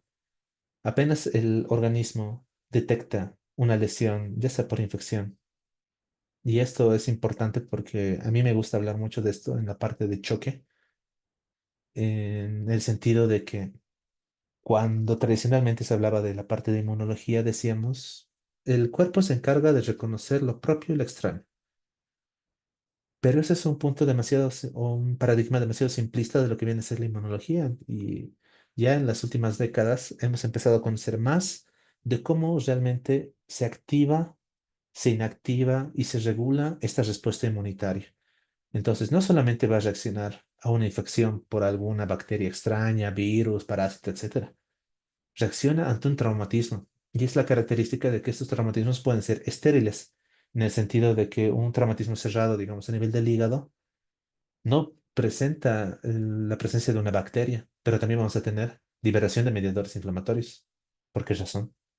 O una patología neoplásica, un cáncer, no siempre, bueno, que pueden existir algunos tumores sobreinfectados, existen, ¿no? No es que no, que vamos a decir que no existen, pero inicialmente un tumor, patología maligna, no tiene la asociación con presencia de bacterias, pero también vamos a tener entonces una respuesta o la presencia de mediadores inflamatorios. Es ahí donde aparece entonces esta reacción de fase aguda, como que cuando existen todos estos mediadores inflamatorios que acabamos de mencionar, el hígado comienza su respuesta rápida. ¿Por qué? Porque es necesario esta medida de defensa temprana para tratar de detener estos estímulos dañinos. Aquí ya no dice solo infección, ya habla de estímulos dañinos en general. Y hasta mientras se va estimulando también de forma completa la respuesta inmune. Esto es importante cuando posteriormente habla de la señalización de lipopolisacáridos, porque hay que recordar que el hígado se encarga de recibir todo el drenaje sanguíneo del tubo gastrointestinal y tendrá entonces una función de vigilancia inmunológica y también de depuración de bacterias y sus productos que se encuentran a nivel del tubo gastrointestinal. Y hay que recordar que no todo lo que comemos es estéril o no todo lo que hemos comido está cocido o desinfectado, por decirlo de una forma. Y es por eso que el tracto gastrointestinal está plagado de bacterias que pueden llegar a ser dañinas, pero afortunadamente cuando llegan al hígado, muchas se inactivan. Es así que el hígado es la última barrera que impide que las bacterias y sus toxinas alcancen la circulación sistémica. Pero hay que recordar un dato importante que nos dice hay que tener cuidado con las bacterias gram negativas. Y lastimosamente las bacterias gram negativas son propias, bueno, no propias, pero sí se encuentran con frecuencia en el tubo gastrointestinal. Y es que estas bacterias gram negativas van a tener sus membranas externas, ¿no? Son más complejas que las gram positivas. Y estas gram negativas en sus membranas externas tienen endotoxinas. La que el texto describe con profundidad es justamente la endotoxina LPS o lipopolisacárido. Y esta señalización entonces de lipopolisacáridos se refiere a que el hígado se encarga de señalar o marcar la presencia de estos lipopolisacáridos que se encuentran en las membranas externas de las bacterias gram negativas. Y es importante porque estas gram negativas son los agentes etiológicos que con mayor frecuencia provocan choque séptico en los pacientes. Cuando tenemos una infección por una bacteria gram negativa y esta infección es importante, el paciente puede llegar a sepsis, choque séptico y puede llegar a fallecer. Es por eso que a partir de ahí es que se empieza a estudiar cómo el hígado se encarga de identificar estos lipopolisacáridos, ¿no? Entonces, aquí vemos, sí tiende a reconocer lo extraño de lo propio en el sentido de que este lipopolisacárido o LPS es un componente de las membranas externas de las bacterias gram negativas. Pero, ¿qué es lo que nos dice? Existe un efecto directo de esta señalización, pero también una activación de citocinas y mediadores proinflamatorios. Tiene que elevarse, por ejemplo, esta LBP, que es una proteína de unión al lipopolisacárido, nuestro CD14 de nuestro complemento, esa proteína M2 y los receptores tipo TOL, que en conjunto también se expresan a la circulación. ¿Por qué? Y en resumen, para poder entender un poco sobre esta señalización de lipopolisacáridos. No es tan sencillo como que viene un elemento y se fija en el lipopolisacárido y se desencadena la respuesta inmunitaria, sino que tiene que existir esta proteína de unión que tiene que unirse al lipopolisacárido y esta unión o esta conjunción tiene que interactuar con el CD14. El CD14 se presentará en dos formas. Uno que se encuentra soluble y que apenas se encuentra con este conjunto se adhiere y que servirá entonces para señalizar a las células inmunológicas que tendrán receptores para CD14. O también tenemos células que tienen CD14 en su propia membrana. Como lo tienen en su propia membrana, cuando entran en contacto o interactúan con este complejo de lipopolisacárido y su proteína vinculante, entonces se activa la célula y empieza a hacer la destrucción, la fagocitosis, etcétera. Pero no solamente necesitamos el CD14, nos dice el texto, se requiere la presencia del M2 y de nuestro receptor tipo TOL número 4. Respecto a los receptores tipo TOL, cuando hablamos de inmunología, hay que recordar que antes no se conocían estos receptores. Cuando se descubren, se dan cuenta de que se encargan de una inmunología o de una respuesta inmune básica, primitiva. Siendo así que cuando nosotros vamos investigando que estos tipos de receptores no son exclusivos de los seres humanos, sino que se encuentran también en otros seres, ratas, por ejemplo, en las cuales se experimenta mucho sobre estos receptores tipo TOL para trastornos inmunitarios. En el hombre se describen 11 diferentes tipos de receptores tipo TOL, pero el que estaría más en relación a esta respuesta inmune sería el de tipo 4, ¿no? El receptor tipo TOL 4, que cuando interviene con este CD4 interactuado con este complejo, va a activar la respuesta recién de nuestras células de Kaffer y estas se van a encargar de fagocitar, de activar también a los linfocitos, etcétera. Y aquí ya vamos a tener nuestra respuesta inmunitaria, ¿no? Entonces, esa es la importancia de poder realizar la señalización de los lipopolisacáridos. De igual forma, el texto habla del óxido nítrico. Y aquí, bueno, óxido nítrico, ON, nos dice, el óxido nítrico es un gas difusible de los radicales libres, pero que actúa como un relajante derivado del endotelio. Hay que recordar, ¿no? El óxido nítrico produce vasodilatación. En el hígado, la activación de las cascadas inflamatorias también estimula la producción de óxido nítrico. Y justamente cuando hablamos de la producción de óxido nítrico, hay que recordar que vamos a tener tres tipos de enzimas que se encargan de la producción o de ser sintetasas de óxido nítrico. Tenemos la que es importante para nosotros a nivel hepático, que es la INOS, la que es en la isoforma de la sintetasa de nitrógeno, de óxido nítrico, o también conocida como inflamatoria, inducida o inflamatoria. Y también vamos a tener la que es neuronal, la N-NOS, y también vamos a tener la endotelial, la E-NOS. Pues la que es importante para el hígado es justamente la INOS, ¿ya? Las funciones de esta INOS o de esta sintetasa de óxido nítrico y del propio óxido nítrico en el hígado, nos dice el texto que van a ser complejas y tan complejas que incluso va a existir una dicotomía de sus funciones. ¿Por qué? Dicotomía en el sentido de que cuando estamos frente a una disfunción hepática, van a tener una función protectora del hígado, pero también una función perjudicial. Esta INOS es importante en el sentido de que se encuentra expresada en todas las células del hígado, pero más que todo expresada prominentemente en los hepatocitos. ¿Por qué razón? Porque esta INOS se encarga de sintetizar óxido nítrico y el óxido nítrico entonces lo que va a hacer en condiciones fisiológicas es mantener la perfusión hepática. O sea, como vasodilata los vasos, mantiene los vasos permeables para la perfusión sanguínea al hígado, al tejido hepático. En condiciones patológicas, la INOS y el óxido nítrico pueden contribuir a la lesión, y esto es lo paradójico. ¿Por qué razón? En condiciones patológicas vamos a tener una fase de lesión que se llama lesión isquémica.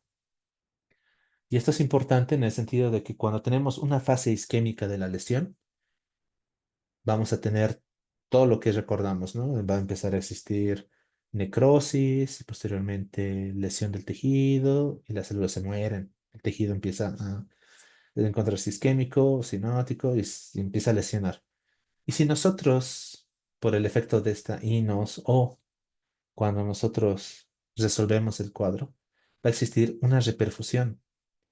Pero esta reperfusión, estamos diciendo que en la fase isquémica no le está llegando suficiente sangre al tejido.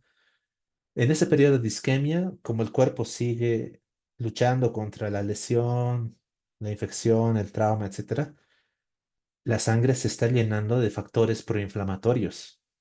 Y cuando existe la reperfusión, es como si de golpe llegara este estímulo hacia los tejidos que ya de por sí se encuentran dañados. Y cuando existe ese sobreestímulo de los factores proinflamatorios, de igual forma se desencadena necrosis y hasta apoptosis. Entonces tenemos lesiones de isquemia y reperfusión con daño hepatocelular. Y esa es la parte que más antes nos decía el texto, ¿no? Sus funciones son complejas y existe dicotomía, ¿no? Es protectora, pero a la vez puede llegar a ser perjudicial. Respecto al sistema de hemoxigenasa, recordemos, ¿no? La hemoxigenasa o HO es la enzima limitante de la velocidad de la degradación del grupo hemo para producir biliverdina, monóxido de carbono y hierro libre. Todos estos tienden a ser tóxicos. Entonces, esta hemoxigenasa ha demostrado ser un potente citoprotector endógeno, ya que evita que se liberen con bastante velocidad estos elementos tóxicos. Y por tanto, entonces, al ser un citoprotector endógeno, forma parte de una amplia variedad de afecciones inflamatorias. De igual forma, cuando nosotros tenemos Este grupo hemo, ¿no? Un exceso de este grupo hemo puede causar daño celular directamente debido a que interviene en varias fases del estrés oxidativo. Y de esta forma, entonces, nuestra hemoxigenasa 1 generalmente se encuentra aumentada y es protectora cuando nosotros tenemos múltiples condiciones caracterizadas por estrés hepático, ¿no? Entonces, el hígado se encarga de aumentar la síntesis de esta hemoxigenasa como una función protectora cuando se encuentra bajo situaciones de lesión o de estrés. Y finalmente, dentro de nuestra señalización también, hablamos de los receptores tipo TOL, ya lo habíamos adelantado un poco en la señalización de los lipopolisacáridos, definiendo que el hígado es un regulador central de la respuesta inmune sistémica después de ataques agudos al cuerpo. Y hay que recordar, como ataque agudo no está hablando de solamente infección, está hablando de traumatismo, está hablando de patología neoplásica. La activación del sistema inmunitario innato ha señalado la presencia de estos receptores tipo TOL o TLR como una vía común para el reconocimiento inmunitario de la invasión microbiana y también de la lesión tisular. Les había mencionado, ¿no? Hay varios tipos de receptores tipo TOL, pero el que está más inmiscuido en esta interfaz es el 4, ¿no? Nuestro receptor tipo TOL4, que se encuentra en la interfaz de la inflamación microbiana, pero también de la inflamación sin infección o una inflamación estéril. Les recuerdo, forman parte de la activación del sistema inmunitario innato, primitivo. Y ya para ir terminando nuestra parte introductoria de este capítulo de hígado, vamos a hablar de estudios de imagen o radiología de hígado, que esto sí es importante para el capítulo, los temas que vamos a ver mañana, porque vamos a hablar justamente de lesiones, abscesos y quistes, y el diagnóstico va a estar apoyado en lo que viene a ser estudios de imagen. ¿Qué estudios de imagen son los que nos presenta el texto para la evaluación del hígado?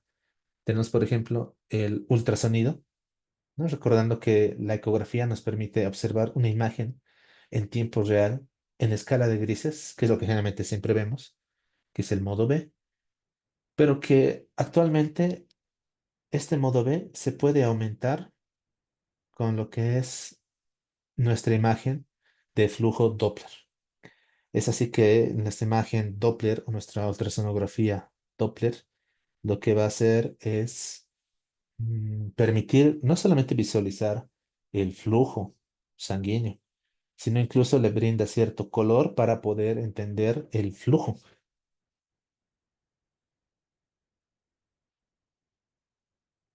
Entonces, ¿cuáles son las ventajas de la ecografía? Porque el texto nos dice algo importante. La ecografía es una prueba de imagen inicial útil para la evaluación del hígado porque primero no es costosa, está ampliamente disponible, no implica exposición a la radiación, es bien tolerada por los pacientes y es excelente para diagnosticar la patología biliar, cálculos biliares, obstrucciones biliares y también lesiones hepáticas focales. Pero nada es perfecto, ¿no? Tiene algunas limitantes. Por ejemplo, dentro de sus limitaciones se encuentran las imágenes incompletas del hígado, ya que a nivel de la cúpula, por la presencia de las costillas y demás, es difícil poder tener una imagen completa del hígado, especialmente en esa parte superior. También no se logra visualizar de forma completa los límites de una lesión. Recordamos que para poder determinar si una lesión tiene características benignas o malignas, es importante ver si se encuentra bien diferenciada de su entorno. Entonces, no siempre da una visualización completa, ¿no? Es visualización incompleta de los límites. Factores como la obesidad, la presencia de gas intestinal, pueden interferir con la calidad de la imagen. Generalmente el paciente tiene que estar en ayuno, o si el paciente es obeso, las imágenes van a tener una calidad menor, ¿no? Entonces, esas son las limitaciones que tienen las ecografías. Algo interesante que nos menciona el texto es que para estos casos de evaluación del hígado, así como podemos hablar de una tomografía o de una resonancia con contraste, se han diseñado tipos de contrastes ecográficos. Es así que habla de el advenimiento o el comienzo de lo que se llama como ecografía con contraste. Y aquí hay que recordar, Lo que hace la ecografía es determinar cómo se forma la imagen mediante esa onda ultrasonográfica. Y vamos a tener muy claro cuando tenemos presencia de aire y cuando tenemos presencia de líquidos y luego posteriormente las estructuras, ¿no? Es por eso que este contraste como tal está hablando de la inyección de agentes que tienen microburbujas de gas. Estas microburbujas de gas van a permitir que se pueda diferenciar mejor las imágenes. En todo caso, se aumentaría la sensibilidad y la especificidad en la detección y diagnóstico de lesiones hepáticas. Siendo honesto, no he visto ningún tipo de estudio de ecografía de contraste en nuestro medio. Lo que sí es más frecuente es pedir tomografías contrastadas para la evaluación de lesiones hepáticas. Cuando hablamos nosotros del uso de la ecografía, tiene una ventaja también. No solamente hacemos una ecografía antes de algún tipo de procedimiento.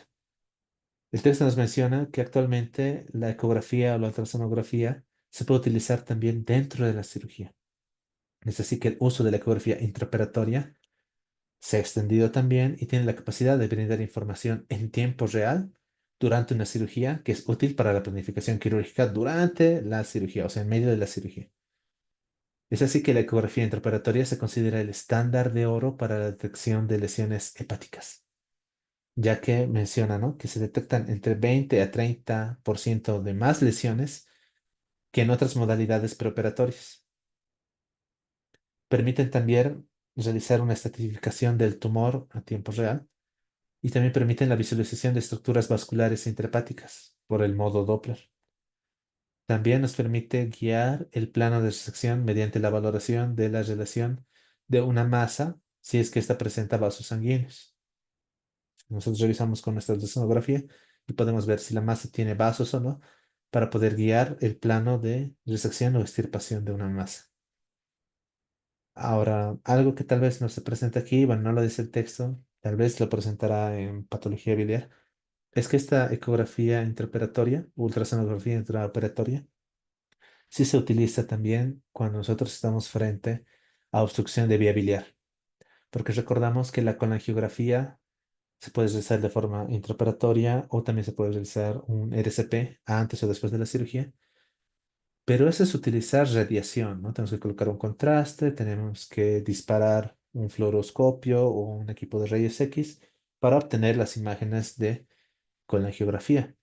En cambio, si utilizamos una ecografía intraoperatoria, como vamos a colocar el transductor directamente sobre la vía biliar, ya no va a haber duda en si se encuentra libre o si se encuentra con un cálculo.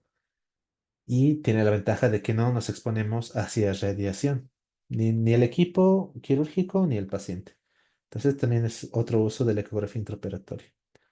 Otra forma también de ecografía o ultrasonido para estudio del hígado es lo que se conoce como elastografía, que aprovecha también las ondas sonoras para medir cómo estas ondas retornan, midiendo la velocidad en la cual retornan estas ondas para poder valorar el grado de fibrosis o cirrosis en el hígado.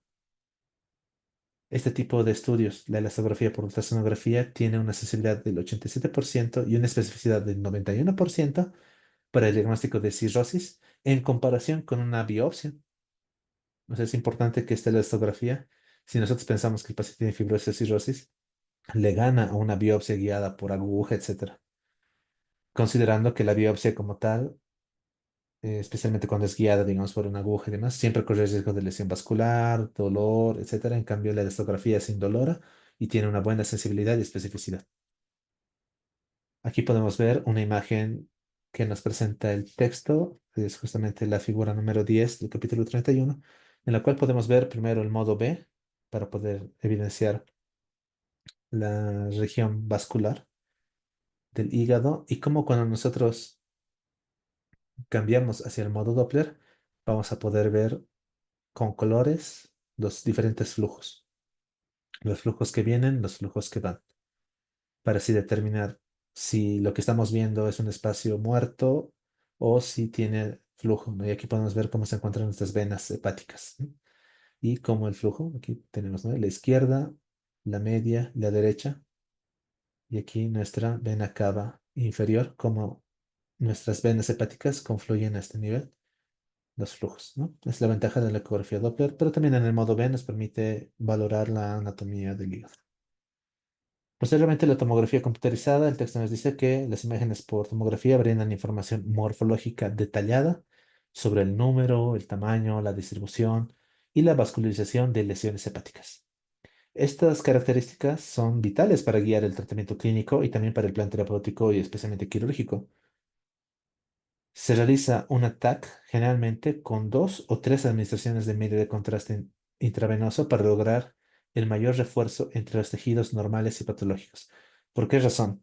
Porque recordamos nosotros que el hígado tiene una irrigación dual. Entonces, vemos generalmente en los estudios básicos una fase arterial y una fase venosa. Una fase arterial que generalmente se presenta cuando tomamos las imágenes entre 20 a 30 segundos después de la administración del contraste y una fase venosa o una fase portal dominante que se toma 60 a 70 segundos después de la administración del contraste. Ahora, no solamente la tomografía sirve para la descripción de las lesiones hepáticas, sino que también existe la modalidad de colangiografía por tomografía, que ha surgido como una nueva modalidad de imagen para la enfermedad biliar.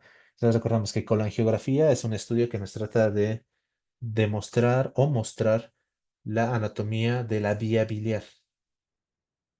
Entonces, usa agentes de contraste que se eliminan por los hepatocitos y los hepatocitos eliminan este medio de contraste hacia las vías biliares. Y en la tomografía, entonces, las vías biliares van a aparecer resaltadas. Brindará información entonces sobre la función de los hepatocitos y el flujo biliar. Puede ser útil en el contexto de la donación de hígado en vivo y en la cirugía biliar compleja. Y también es útil en la valoración posoperatoria para ver fugas o obstrucciones del conducto biliar. Tiene una limitante. El árbol biliar no siempre se visualiza bien en pacientes con conductos biliares que son extremadamente o excesivamente dilatados y también no se pintará muy bien en aquellos pacientes con hiperbilirrubinemia porque esta hiperbilirrubinemia alterará la función de los hepatocitos. Así se dan cuenta, tal vez no es el mejor estudio la colangiografía por tomografía. Cuando hablamos de vía biliar, recordamos el RCP, es el que generalmente se lleva el galardón en la evaluación de la vía biliar. Aquí tenemos justamente una imagen del texto, es la figura número 11 que nos muestra imágenes de tomografía computarizadas de las venas hepáticas y los segmentos hepáticos de Kohlmann. Yo lo puse con números romanos, pero aquí tenemos la segmentación con números arábigos. Segmento 1, 2, aquí atrás el 3, el 4A, el 8, el 7 y su relación, ¿no?, con nuestra vena aorta. También tenemos imágenes de resonancia magnética, que nos mencionan, ¿no? En comparación con la exploración por una tomografía, las principales ventajas de una resonancia se relacionan a una mayor resolución de contraste de los tejidos blandos, también una excelente representación de las estructuras que contienen líquidos, y de igual forma se evita la necesidad de radiación ionizante. Se han utilizado diversos compuestos a base de galodinio como el contraste que se utiliza para nuestra resonancia magnética. Recordando que para nuestra tomografía computarizada, generalmente los contrastes son yodados. Existen incluso contrastes específicos para la función hepática o para la evaluación del hígado, que dependen de la excreción, por ejemplo, de las células de Kapfer, como la ferumoxida, o también algunos que se excretan directamente a la bilis, como el gadoxetato. Así como existía una elastografía por ecografía, existe una elastografía por resonancia magnética, que es una modalidad imagenológica útil para el diagnóstico de igual forma de fibrosis y cirrosis hepática, en el sentido de que este tipo de estudios de elastografía son promisorios para disminuir la necesidad de una biopsia. Pero, ¿qué es lo importante? Tanto para la evaluación a este nivel o de la elastografía, hay que recordar, la disponibilidad de la resonancia magnética es baja en relación a la tomografía y la ecografía, y el costo también es mucho más elevado hablar de resonancia que hablar de TAC y de ecografía, lo que haría de esos factores como limitantes para el uso frecuente de la resonancia. De igual forma, se puede hacer una colangiopancreatografía por resonancia magnética, que de igual forma permite la representación rápida y no invasiva del árbol biliar como también el conducto pancreático sin el uso de radiación ionizante y tampoco es necesario utilizar medios de contraste porque recordamos, realiza una excelente representación de las estructuras que contienen líquidos, como en este caso la bilis en la vía biliar. Y finalmente, el texto nos habla de también una variación de la tomografía, que es la tomografía por emisión de positrones, recordando que esta tomografía PET o este estudio PET es una prueba de medicina nuclear que produce imágenes de la actividad metabólica. Aquí no nos interesa mucho saber el tema de la anatomía y demás, porque para eso tenemos la tomografía computarizada, pero con esta tomografía PET o con este estudio PET podemos ver más bien la actividad metabólica de los tejidos. ¿Por qué? Porque se detectan rayos gamma emitidos por un radioisótopo incorporado en una molécula que es metabólicamente activa. ¿Eso qué significa? El tejido que metabolice esta molécula va a realzarse más. ¿Cuál es la molécula que generalmente se utiliza? Es la fluorodesoxiglucosa o FDG, como la molécula más común usada para generar imágenes en el estudio PET.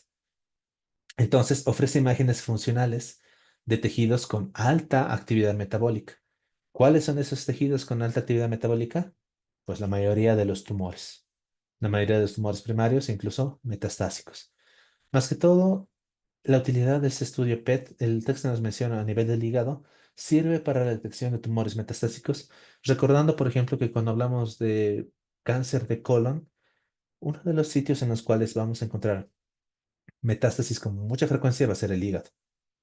Entonces, si uno planifica operar un cáncer de colon, es importante realizar un estudio detallado de la posibilidad de metástasis a nivel hepático. Pero esto habla de tumores secundarios, de tumores metastásicos. ¿Por qué? Porque esa sensibilidad general, asociando nuestro estudio PET con la fluorodesoxiglucosa, que además se asocia a una tomografía computarizada para comparar los estudios y ver tanto la anatomía como la actividad metabólica, para la detección de un carcinoma primario de hígado como el carcinoma hepatocelular, esa sensibilidad es solo de 50 a 65%. O sea, es una sensibilidad muy baja. Por lo cual, si se quiere utilizar este tipo de estudios PET, menciona con uno solo con la FDG o la fluorodesoxiglucosa, esa sensibilidad es baja, 50 a 65%.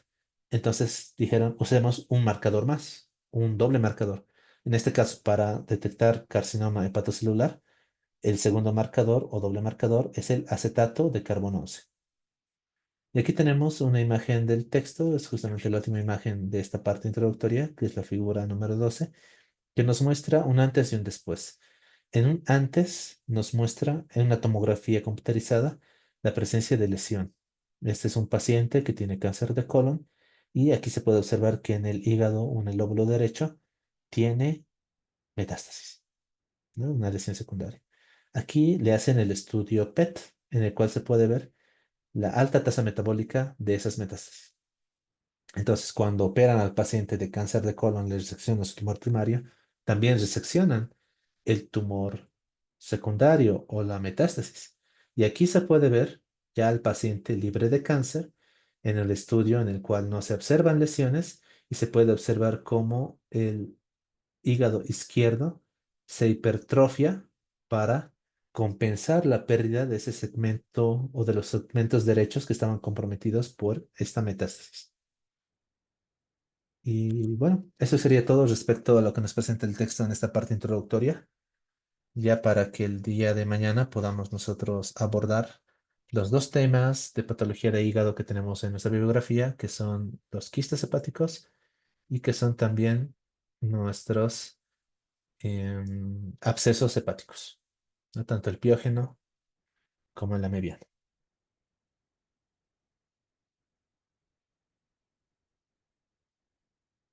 Hay que recordar que justamente estas clases introductorias nos sirven para recordar mucho sobre anatomía, sobre fisiología, algunas cosillas de farmacología y imagen, que son las bases, ¿no? Que nos presenta el texto para poder comprender mejor el desarrollo de las patologías específicas que lo hace después.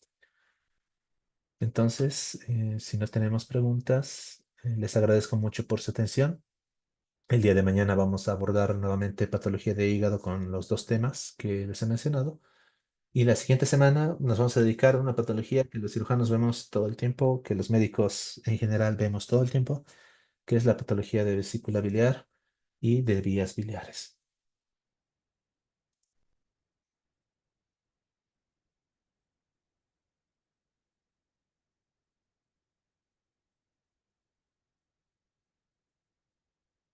Muy bien, entonces si me dan chance, también les voy a pasar las diapositivas en un momento al grupo para que puedan completar su PDF.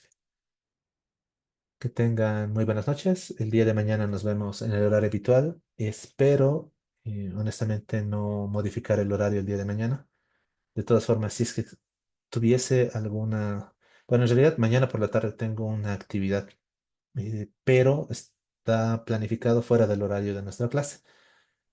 Sin embargo, sabemos que a veces los tiempos pueden manipularse. Si es que hubiese algún tipo de alteración en el horario, les recuerdo, mi idea nunca es suspender una clase.